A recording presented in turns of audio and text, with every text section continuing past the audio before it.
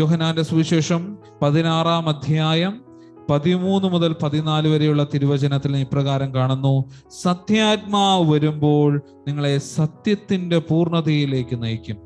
അവൻ സ്വമേധയായിരിക്കില്ല സംസാരിക്കുന്നത്, അവൻ കേൾക്കുന്നത് മാത്രം സംസാരിക്കും. വരാനിരിക്കുന്ന കാര്യങ്ങൾ അവൻ നിങ്ങളെ അറിയിക്കും. അവൻ എനിക്കുള്ളവയിൽ നിന്ന് സ്വീകരിച്ച് നിങ്ങളോട് പ്രഖ്യാപിക്കും. അങ്ങനെ അവൻ എന്നെ മഹത്വപ്പെടുത്തും.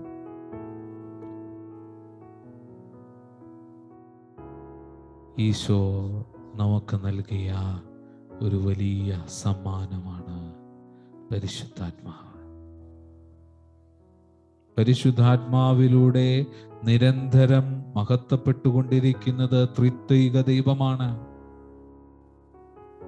നമ്മളുടെ അടുത്തെന്നും സാമീപ്യമായിരിക്കുന്ന ദൈവത്തിന്റെ സാന്നിധ്യത്തെയാണ് പരിശുദ്ധാത്മാവ് എന്ന് പറയുന്നത്.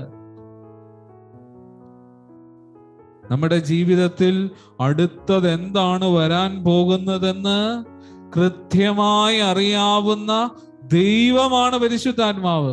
ദൈവം ഇങ്ങനെ ചിന്തിക്കുക, എനിക്ക് എന്നാ ചെയ്യാൻ പറ്റും, ഇനി എന്താണ് ഞാൻ അടുത്തത്, ഇനി എങ്ങോട്ടാണ് നീങ്ങുക, എന്ത് ചെയ്യാൻ പറ്റുമെന്ന് ചിന്തിക്കുമ്പോൾ ഉള്ളിൽ നിന്ന് പരിശുദ്ധാത്മാവ് പറയും, മോളെ, this is what you have to do.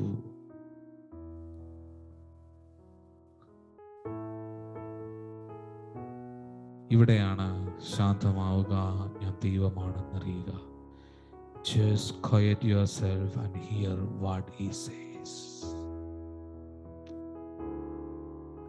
മക്കളെ, നിങ്ങളുടെ ജീവിതത്തിൽ ഒരു സന്തോഷമുണ്ടാവണമെങ്കിൽ, ഒരാനന്ദമുണ്ടാവണമെങ്കിൽ, നിങ്ങളിൽ നിന്ന് ഒട്ടും മാറാതെ നിങ്ങളോട് ചേർന്ന് നിൽക്കുന്ന ഒരു വ്യക്തിയെ നിങ്ങൾക്ക് മനസ്സിലാകണം, ബോധ്യപ്പെടണം, വിശ്വസിക്കണം.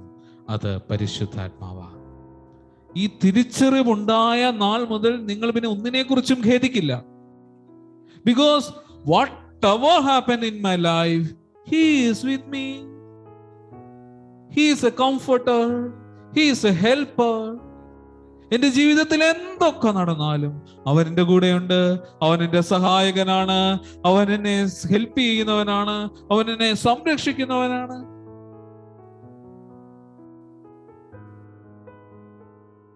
പരിശുദ്ധാത്മാവ് എവിടെയും പ്രസന്റബിൾ ആണ്. Holy spirit teach us to go deeper and deeper in Christian life. പരിശുദ്ധാത്മാവ് നമ്മളിലേക്ക് കടന്നു വരുമ്പോൾ നമ്മൾക്ക് ആഴമായ ക്രിസ്തീയ ജീവിതത്തിന്റെ അർത്ഥതലങ്ങളിലേക്ക് ജീവിക്കാൻ പറ്റും. ഈശോയെ കൂടുതൽ മനസ്സിലാക്കണമെങ്കിൽ പരിശുദ്ധാത്മാവ് വരണം കേട്ടോ. ഈശോയോട് വ്യക്തമായി പ്രാർത്ഥിക്കണമെങ്കിൽ പരിശുദ്ധാത്മാവ് വരണം. നിന്റെ ക്രിസ്തീയ ജീവിതത്തിന്റെ വിളി തിരിച്ചറിയണമെങ്കിൽ പരിശുദ്ധാത്മാവ് വന്നേ പറ്റൂ.